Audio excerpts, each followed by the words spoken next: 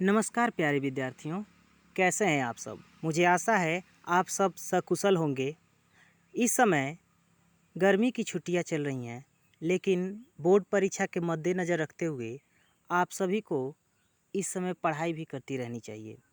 यह हिंदी गद्य साहित्य का चौथा वीडियो है जिसमें बहुविकल्पीय प्रश्नों को देखेंगे।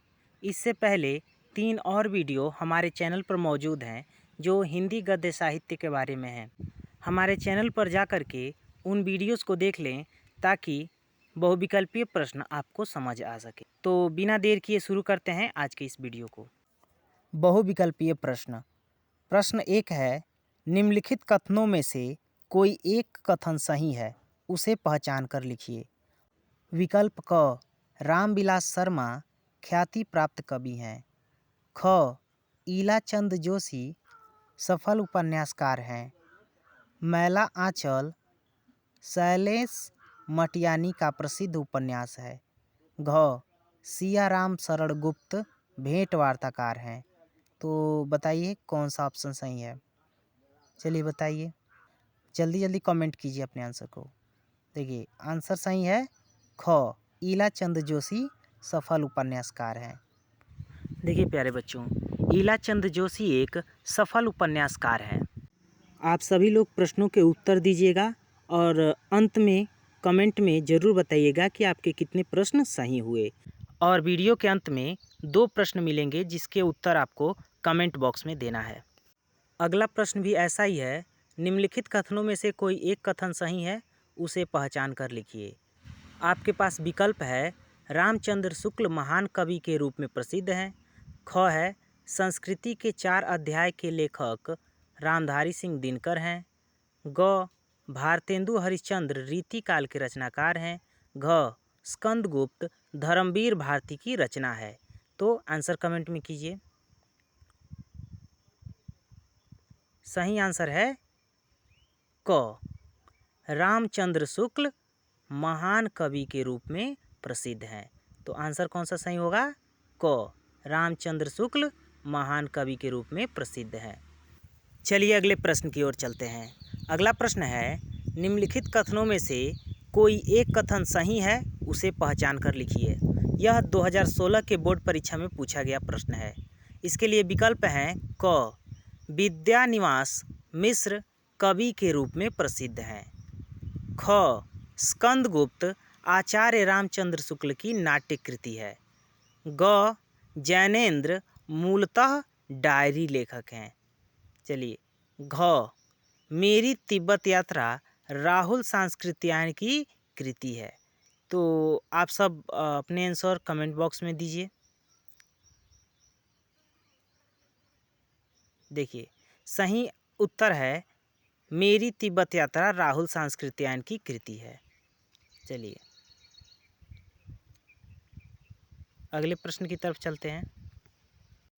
आइए बच्चों अगले प्रश्न की तरफ चलते हैं। अगला प्रश्न भी है, निम्नलिखित कथनों में से कोई एक कथन पहचान कर उसे लिखिए। यह भी 2016 के बोर्ड परीक्षा में पूछा गया प्रश्न है। इसके लिए विकल्प हैं, क, जैनेन्द्र कुमार मुख्य नाटककार हैं। ख, यामा जयशंकर प्रसाद की कहानी का संग्रह है। ग, आचार्य रामचंद्र शुक्ल साहित्य इतिहासकार थे। घ, डॉक्टर कुमार वर्मा कहानीकार थे। तो बताइए बच्चों सही आंसर क्या होगा। वीडियो को रोक करके आप अपने उत्तर को कमेंट बॉक्स में लिख सकते हैं। चलिए देखते हैं। इस प्रश्न का सही जवाब होगा ऑप्शन नंबर ग, यानी आचार्य रामचंद्र शुक्ल साहित्य इतिहासकार थे। आइए अगले प्रश्न की तरफ चलते हैं। अगला प्रश्न है, निम्नलिखित कथनों में से कोई एक कथन सही है, उसे पहचान कर लिखिए। यह भी 2016 के बोर्ड परीक्षा में पूछा गया था। इसमें पहला विकल्प है, ममता जयशंकर प्रसाद का प्रसिद्ध उपन्यास है। विकल्प ख, क्या लिखूं पद्मलाल पुन्नालाल बख्शी का निबंध है। ऑप्शन ग, उजली आग रामधारी सिंह दिनकर का महाकाव्य है। और ग, अजंता के लेखक जयप्रकाश भारती हैं। सही जवाब क्या है कमेंट कीजिए। अंत में आप लोग सही जवाब कितने दिए हैं ज़रूर बताइएगा। तो इस प्रश्न का सही जवाब है ख, विकल्प ख। क्या लिखूं पद्मलाल पुन्नालाल बख्शी का निबंध है। चलिए अगला प्रश्न देखते हैं। अगला प्रश्न है छठवां। निम्नलिखित कथनों में से कोई एक कथन सही है, उसे पहचान कर लिखिए। यह भी 2016 के बोर्ड परीक्षा में पूछा गया था। विकल्प है जयशंकर प्रसाद प्रसिद्ध समालोचक हैं। ख, डॉक्टर राजेंद्र प्रसाद प्रसिद्ध उपन्यासकार हैं। ग, रामचंद्र शुक्ल प्रसिद्ध निबंधकार हैं। घ, डॉक्टर भगवत शरण उपाध्याय कवि के रूप में विख्यात हैं। बताइए सही जवाब क्या होगा। तो सही जवाब होगा रामचंद्र शुक्ल प्रसिद्ध निबंधकार हैं। ऑप्शन नंबर ग, रामचंद्र शुक्ल प्रसिद्ध निबंधकार हैं। अगला प्रश्न देखते हैं। अगला प्रश्न सातवां है। गद्य को कवियों की क्या कहा गया है। विकल्प क है भंगिमा, विकल्प ख है कसौटी, विकल्प ग है ताल और विकल्प घ है ये सभी। तो आंसर कमेंट कीजिए। चलिए सही आंसर होगा विकल्प ख, कसौटी। गद्य को कवियों की कसौटी कहा गया है। गद्य को कवियों की कसौटी कहा गया है, याद रखिएगा। अगला प्रश्न देखते हैं। प्रश्न नंबर 8। सागर की लहरों पर यह एक रचना है। डॉक्टर भगवत शरण उपाध्याय द्वारा रचित कौन सी विधा है। इस रचना की विधा बतानी है।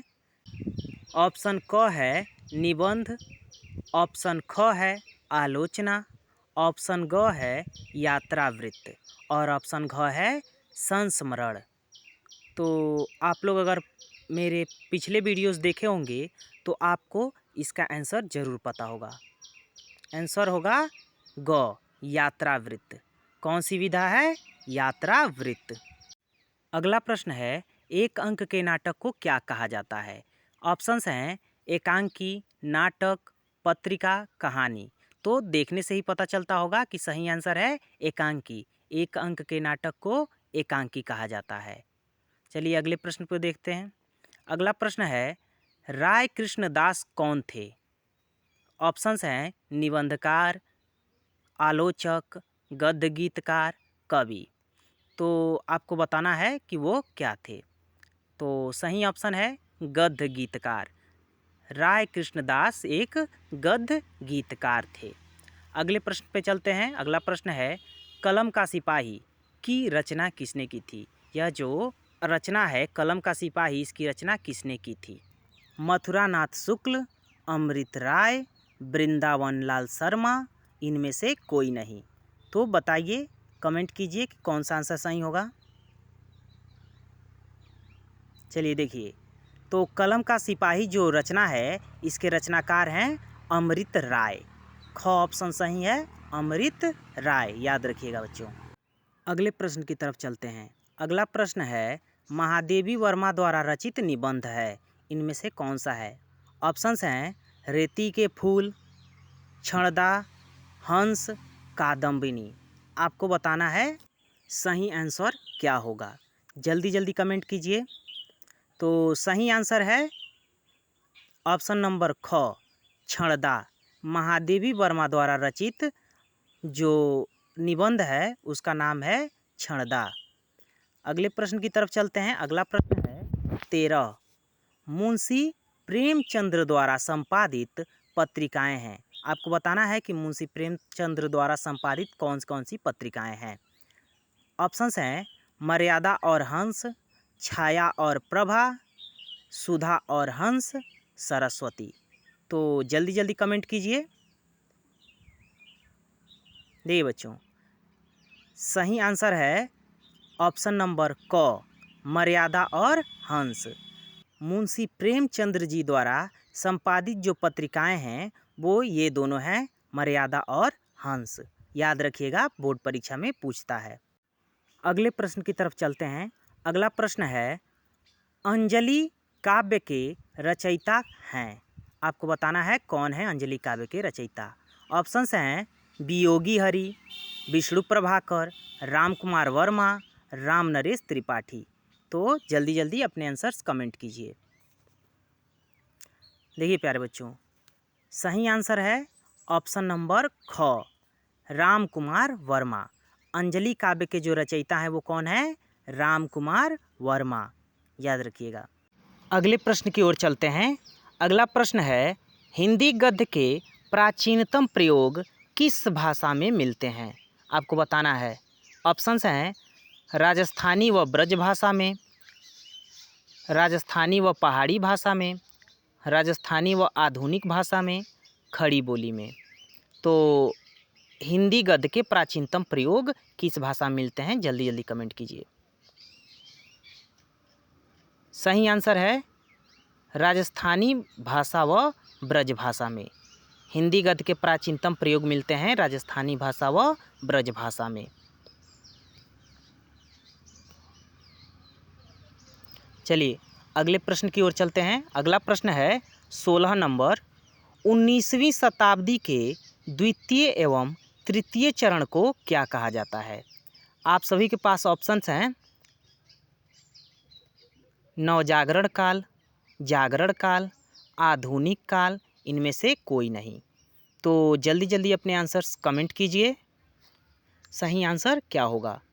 19वीं शताब्दी के द्वितीय एवं तृतीय चरण को क्या कहा जाता है? देखिए सही आंसर होगा बच्चों जागरण काल। 19वीं शताब्दी के द्वितीय एवं तृतीय चरण को कौन सा काल कहा जाता है? जागरण काल। याद रखिएगा, नवजागरण नहीं, जागरण काल। अगला प्रश्न है 17 नंबर, जन जागरण का प्रारंभ हिंदी साहित्य के कौन से प्रदेश से हुआ?